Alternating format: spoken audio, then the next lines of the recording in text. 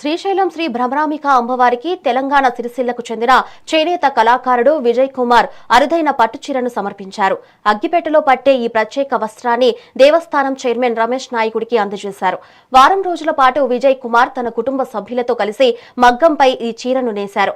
5.5 మీటర్ల పొడవు, 48 అంగుళాల వెడల్పు ఉన్న ఈ సాంప్రదాయ ఇక్కత్ పట్టుచీర కేవలం 200 గ్రాముల బరువు మాత్రమే ఉంటుంది.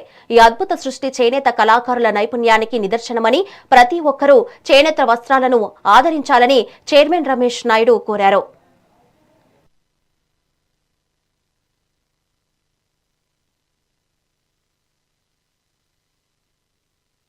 ప్రత్యేక అభినందనలు, శుభాకాంక్షలు.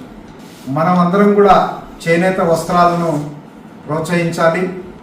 వారికి సహకరించి మన నిత్య జీవితంలో మనం వాడే వస్తువులలో చేనేత వస్తువులకు అధిక ప్రాధాన్యత ఇస్తే ఈ చేనేత కలంకారీ వ్యవస్థ, చేనేత కార్మికులు జీవన ఉపాధి అవకాశం కలుగుతుంది.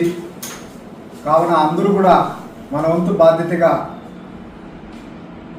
మన దేశంలో ఉత్పత్తి అయ్యే, తయారయ్యే చేతి వృత్తి కాబట్టి దీన్ని ప్రోత్సహిద్దాం.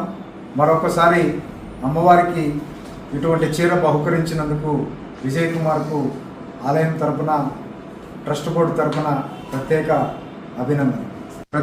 అభినందనలు, శుభాకాంక్షలు.